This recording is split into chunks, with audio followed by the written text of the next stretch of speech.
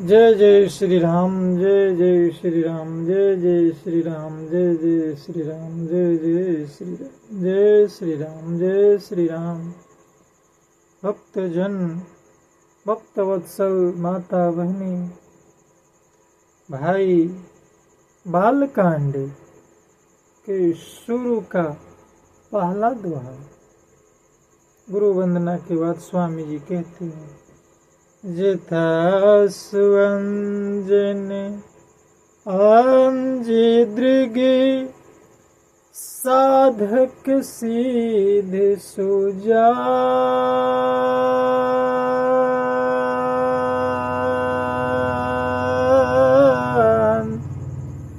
कौतुक देखत शैल बन भूतल भूरी निधान। जय श्री राम। ये श्री रामचरितमानस ये किताब नहीं है, ये राम का चरित्र है। यथा सुवंजन यंजे दृग, यानी जैसे सिद्ध जनों को नेत्रों में लगाकर साधक सिद्ध और सुजान पर्वतों, वनों और पृथ्वी के अंदर कौतुक से ही बहुत सी खानी देखते हैं। किसको? सुअंजन, गुरु से जो अंजन प्राप्त होता है उसको देखकर, उसको लगाकर, उसको परखकर, उसके माध्यम से गुरु द्वारा दिया गया अंजन रूपी ज्ञान, जैसे जो आंख में यदि हम शुद्ध काजल का प्रयोग करते हैं तो ये अंजन आंख को ठीक रखता है, रोशनी बरकरार रखती है। लेकिन वही काजल यदि ये वस्त्र में कहीं पर भी लग जाए तो अभद्र सा प्रतीत होता है। तो पहला दोहा के बाद जो स्वामी जी ने आगे चौपाई लिखते हैं, वो कहते हैं, गुरुपद रजे मृदु मंजुलयंजन नयन यमे दृगे दोष विभंजन। तेहि कर विमल विवेक विलोचन बरन राम चरित भवमोचन। वंदउ प्रथम महीसुर चरना मोहे जनित सन सब हरना। सुजन समाज सकल गुण खानी करऊ प्रणाम सप्रेम सुबानी। साधु चरित शुभ चरित कपासु नीरस विशद गुणमय फल जासु। जो ही दुखे पर छिद्र दुरावा बंदनीय जही जग जस पावा। बंदनीय जही जग जस पावा। मुद मंगलमय संत समाजु जो जग जंगम तीरथ राजू। राम भगति जहाँ सुर सरिधारा सरसई ब्रह्म विचारे प्रचारा,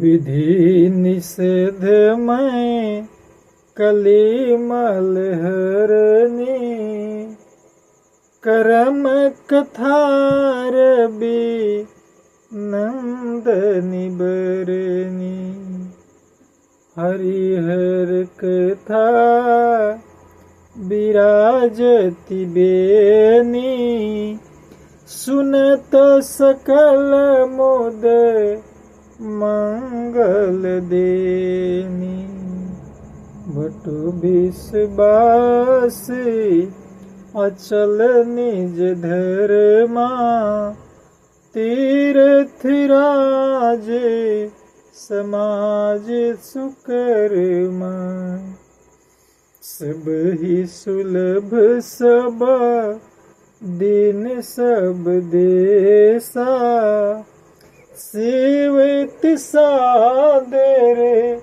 समन क्लेशा, अकथ अलौकिक तीर्थ राजू, अकथ अलौकिक तीर्थ राऊ, देश दे फल प्रगट प्रभाव।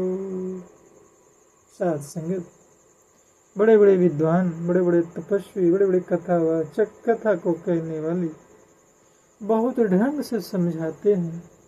दास के पास कुछ भी नहीं है, बस दास के पास कुछ भी नहीं है।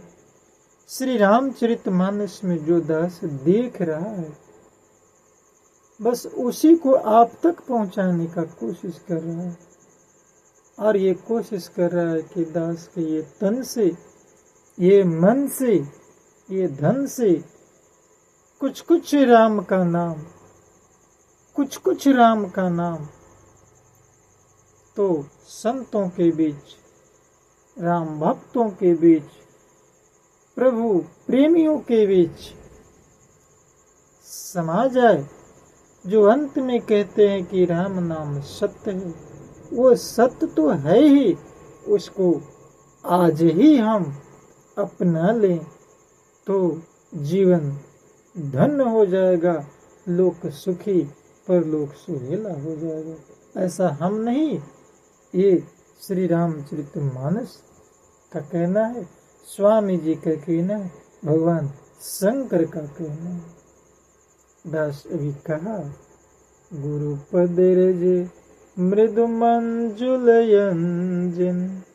श्री गुरु महाराज के चरणों की जो रज है, यानी जो धूल है, स्वामी जी का कहना है कि कोमल और सुंदर नयन मृत अंजन है, काजल है, जो नेत्र के दोषों का नाश करने वाला है। आज हम लोग विदेशी काजल लगाते हैं, अपना देश की मिट्टी का, अपने घर में बनाए हुए जो माँ बहनों द्वारा काजल, जो दिए के तेल की बाती से जो बनाया जाता है, देसी गौ माता के घी से, आज हम वो चाइनीज वाला काजल और जापानी वाला काजल को यूज करते हैं। दुर्भाग्य है प्रभु, अपनी माटी का, अपनी गौ माता के घी का अंजन जिस प्रकार आंख में, नेत्र में लगाने से नेत्र दोषों का नाश होता है, उस अंजन से विवेक रूपी नेत्रों को निर्मल करके मैं संसार रूपी बंधन से छुड़ाने वाले श्री राम चरित्र का वर्णन करता हूँ। और कौन अंजन? जो अंजन गुरु के चरणों में रज रूपी है, जो अंजन ज्ञान रूपी अंजन जो गुरु ने हमें दिया। बंदों प्रथम महिषुर चरण, पहले पृथ्वी के देवता ब्राह्मणों के चरणों की वंदना करता हूँ। ब्राह्मण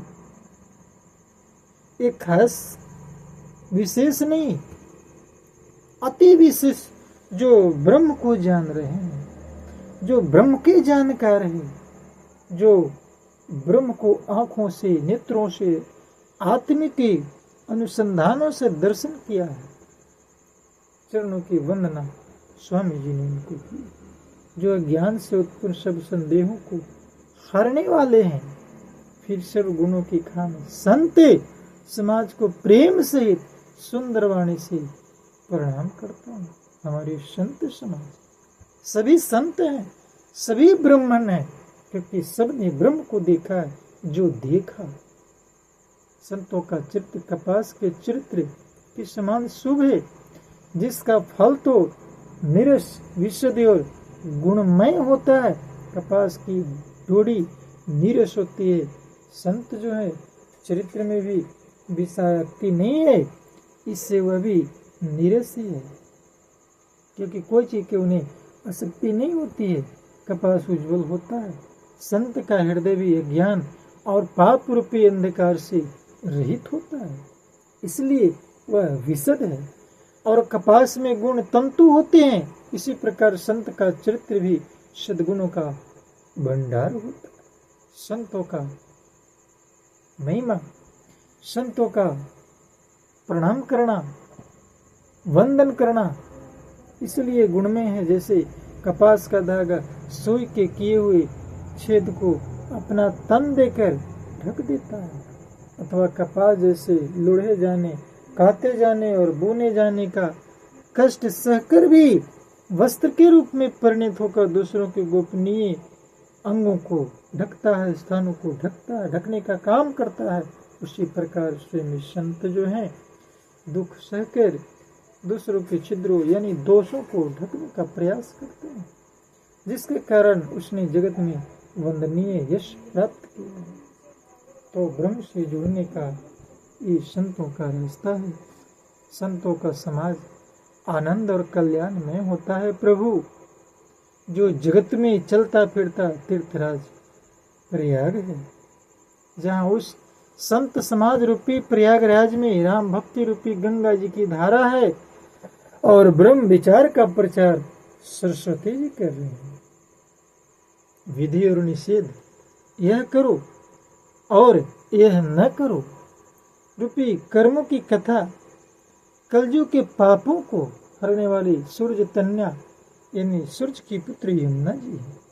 और भगवान विष्णु और शंकर जी की कथाएं त्रिवेणी रूप से सुशोभित है, जो सुनते शिवानंद और कल्याणों की देने वाली है। उस संत समाज रूपी प्रयाग में अपने धर्म में जो अटल विश्वास है, वही कहते हैं कि अक्षय वट है और शुभ कर्मी उस तीर्थराज का समाज परिकर है। वह संत समाज रूपी प्रयागराज सब देशों में सब समय सभी को सहज ही में प्राप्त हो सकता है और आदर पूर्वक सेवन करने से कलेशों को नष्ट करने वाला है। वह तीर्थराज लौकिक और अकथनीय है एवं तत्काल फल देने वाला, उसका प्रभाव प्रत्यक्ष है। तो इस प्रकार स्वामी जी ने संतों का बखान किया। आगे तो मिलेगा ही। नवम भक्ति में स्वयं श्री राम जी ने माता सेवी को अपने मुखारविंद से कहा, प्रथम भक्ति संतन कर संगा, दूसरे रति मम कथा प्रसंगा। तो श्री राम जय राम जय जय राम। तो संतों की वंदना दास ने किया। किसी भी प्रकार की गलती के लिए दास बस क्षमा प्राप्त, इसके सिवाय दास कुछ नहीं।